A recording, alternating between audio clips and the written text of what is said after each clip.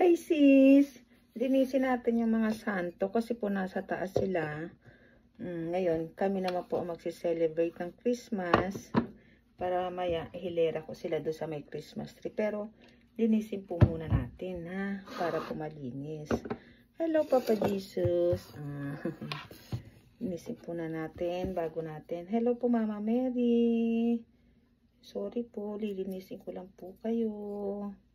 Pasensya na po, kasi po yung alikabok. Salamat po sa amin lahat, sa paggabay. Gabayan pa po kami. Nag-YouTube na po ako. Para mingo po yung subscriber ko. Yes. Yan, tapos pupunasan natin ng malambot lang po. Malambot lang para mababaw lang.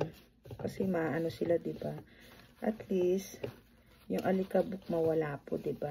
Ayan. See you po later.